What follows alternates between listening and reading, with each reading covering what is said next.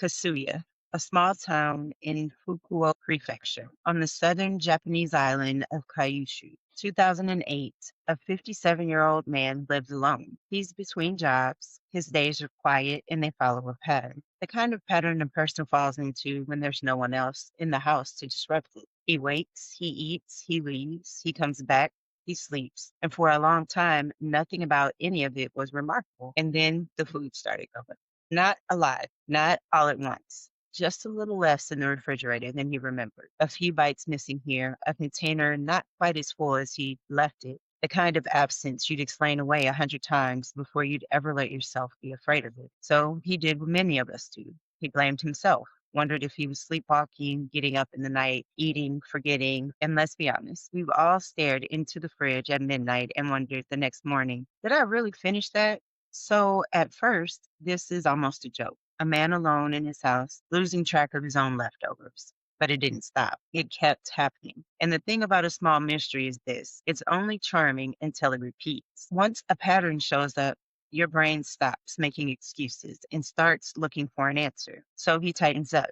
He locks the doors, secures the windows, becomes careful in a way that a person only becomes when something has started to feel wrong. And the food still disappeared, which leaves a thought that none of us want to think. If the doors are locked and you didn't eat it yourself, then whatever is taking your food is already inside. Hey everyone, welcome back to Coffee and Crime with Mom. I'm Nicole. And I'm Zaylee. Today's case starts with something incredibly ordinary, a door left unlocked, and ends with a woman who spent nearly a year secretly living inside a stranger's closet. We're talking about a quiet town in Japan, a single man living alone, and a 58-year-old woman named Tatsuku Horikawa, who turned his Oshire, his built-in closet, into a hidden. We'll move from the discovery of what was happening behind the sliding door into what daily life inside that space actually looked like, and into the theories about what this really was survival, something stranger, or both. Let's get started.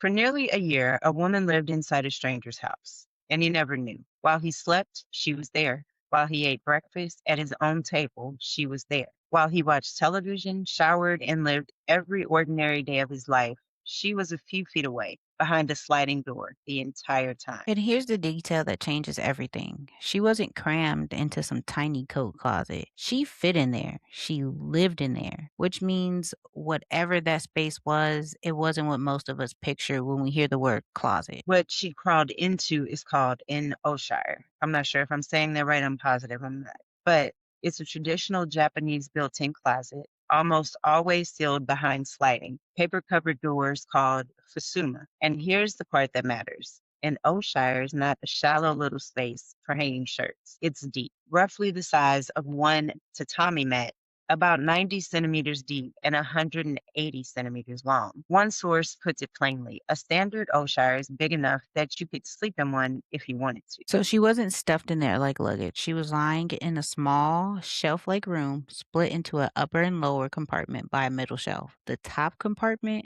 that's where she was. That space would have been empty enough to move into for a simple reason. In a traditional Japanese room, the room is everything: bedroom at night, living room by day.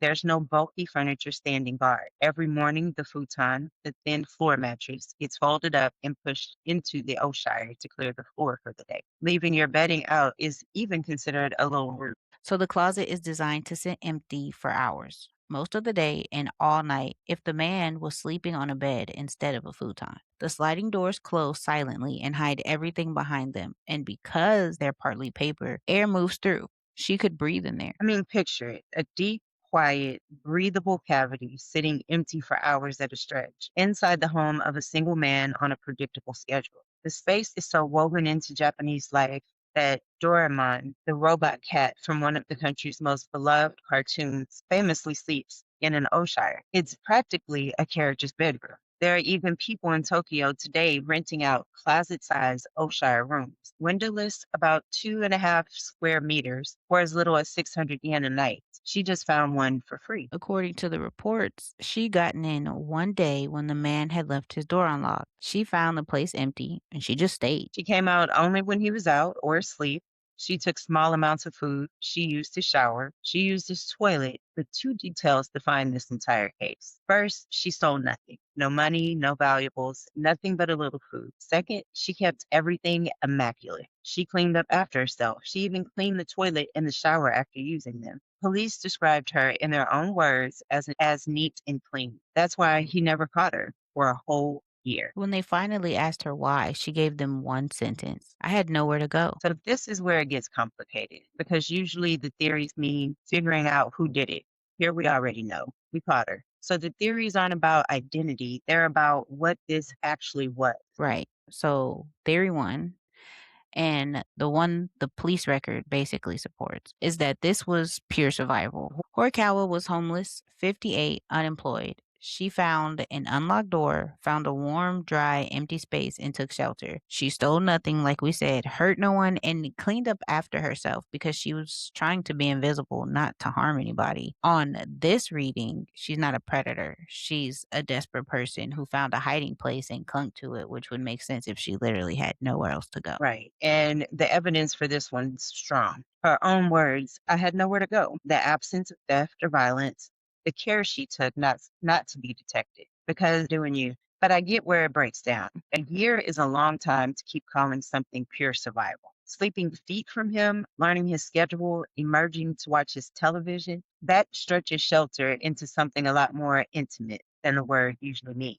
It's the TV detail that gets me. She wasn't just surviving in there, she was relaxing in his living room. It sounds like she was, what they call it? Frogging is the term where people like live in your walls and you don't know that they live there. Mhm. Some people do Right. it one because they're cuckoo for Cocoa Puffs. But if she did do this because she didn't have anywhere to go, I mean, what the hell do you expect her to do during the day when he's not there? Stay in the closet? I would have watched TV too. I mean, it's there I would have too. Right. for free. Okay, but theory two, theory two comes from the police themselves. She was a serial squatter. That's what I thought. A closet hopper, which that's insane. Investigators suspect that she may have moved between different homes in the neighborhood during that year, that this man's closet wasn't her first and maybe not her only one at the time. It explains the about a year, but not all the time qualifier in their statement. Against it, it's never been confirmed. No other victims, no other documented closets. It's a theory that patches a loose end, not one that's been proven. But that does, if she wasn't there all the time and there was spouse where he was there and he never saw her, it would make sense that she wasn't there all the time. That's what I was about to say. He didn't know she was there until he started Yeah. noticing the food going. She had been there a long time. Hmm. So the police floated it, but there's no public evidence behind it. Okay, so theory three. Okay. Theory three is the one that sits heaviest with me. This was something more psychological than survival. Not malicious in a criminal sense, but parasitic. The cleanliness, the duration, the choice to emerge and watch his television, the willingness to sleep feet from a stranger for a year. That's a level of intimacy with a stranger's life that goes past I needed a place to sleep. The home wasn't just a shelter, it was a life she quietly attached herself to. The evidence is behavioral patterns, not theft. Against it, we don't actually know her mind. A desperate person behaving carefully can look a lot like a calculating one. I don't want to hand you creepy dressed up as diagnosed. I'm telling you how it feels and being honest that feeling isn't proof. That's the reading that makes my skin crawl because it's the one with no crime attached and somehow the most violation attached. What's theory four? Theory four is the most honest one. We don't have enough of her story to know. Beyond homeless and unemployed, her background is largely absent from the record. We have a year of behavior and one sentence of explanation. Any confident reading is built on thin ground. So, Mom, where do you land with this? Well, I'm with you on the survival part being real. I keep coming back to the man. Whatever she was, survivalist, squatter, something harder to name, he was a person who lived alone in a home he thought was his. And for a year, it wasn't. The law looked at that and called it trespassing. So honestly, I land here. I believe it started as survival, and I believe it became a quiet theft of his safety that the law didn't have a word. Quiet theft of his safety. I like how you said that. Yeah, that's the line I put on this whole case too. Definitely. So, if we're being honest about where this leaves us, a woman caught, a trespassing charge, a man whose home was never quite his again. What do we actually have? Well, we have more questions than answers. Let's put them on the table, co-conspirators. No tidy bow. This case doesn't have. So, I do believe that it started as survival. She needed somewhere to be. Whether she was between his house and other houses, we don't know because not having anyone report it doesn't mean it didn't happen. But I think that she got comfortable. Is it what it got Yeah. beyond survival? Because when I think of survival, I think you're doing what you have to do to make it. It went Right. The beyond that bare because she got necessity. comfortable there, and that's where you see the lines being crossed. I definitely agree with everything you just said. It definitely was her being comfortable. I mean, what would you do? You were homeless for all this time and now you find somewhere you can go and it's not a huge area, but you comfy, you got free food, I got TV. I would get comfortable too if I had nowhere to go. It's better than being under the bridge. I would Still, feel. we have people who come and know you're I'm gonna be sure there that and he they're could dirty. never fear, right? But I could never feel safe in my house again. Like we could have Me no doors. neither. This is the studio home. The whole home is a Right, studio the home whole home. because people can clearly hide there. Hide. Yeah, we no longer own a closet. No, we don't have walls, we don't have doors. The kitchen is in the den, is in the picture. So what's left open? How she got in, right? The unlocked door, per most reporting, but at least one wire service says it's genuinely unclear how she came and went undetected. So we don't really know where that goes. How long she was there? They Mhm. said about a year, but not all the time. So she's in this closet either continuously or she just wasn't there. It's so much we don't know, right? And then We that don't. goes back to the closet Mhm. hopping question or her life before moving into this man's closet. Because really, her record is thin. We don't really have much on her before that. And so we want to know Right. if she was watching him. Like, was she there whenever he came, like, whenever he went to sleep? Because that's the only time she came out when he wasn't there or asleep. So was she standing over him, watching him? Or like, I just came to eat. That's All of weird. it's so much weirdness. And then for the duration, a year inside another person's most private space, a foot from their bed, and the charge was trespassing. I don't know if that would be enough. Like, yes, she did trespass, but you also stayed here Yeah. for a year. You took my food. Like, yeah, that's not enough for me. I definitely feel like the man lost his safety in the one place a person is supposed to be able to be, and that got taken for granted because clearly he didn't feel safe anymore. He had to live the rest of his life inside the gap between my home is mine and what actually happened because I don't know if he ever figured that out. Right. I'm sure. And that's the part that doesn't leave because we can all try to imagine what that's like, but I'm sure you can't imagine it until it's you.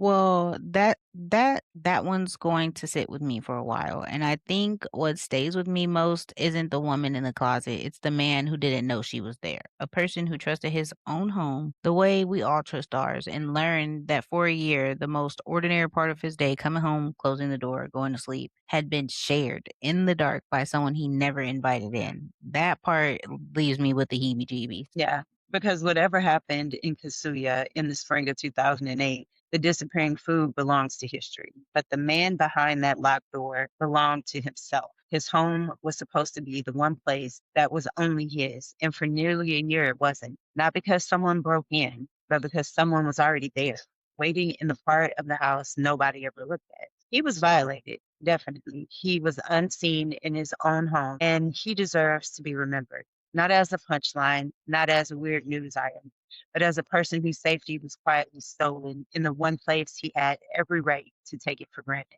That's why we tell these stories. Thank you for being here with us, co conspirators. If this episode moved you, please leave us a review, share it with someone who appreciates the kinds of questions that don't have clear answers, and subscribe so you don't miss the next one. And tell us what you're thinking while you listen. Tag us or drop it in the comments. Oh, because last week one of you posted that you were drinking chamomile tea and eating graham crackers. And honestly, that is the most unsettling combination I've ever heard. We see you. We respect you. Weirdly perfect for true crime. Send us your cases. Send us your theories on this one. We read everything. We'll be back soon. All right, co conspirators, stay safe, and we'll see you next time. See you next time.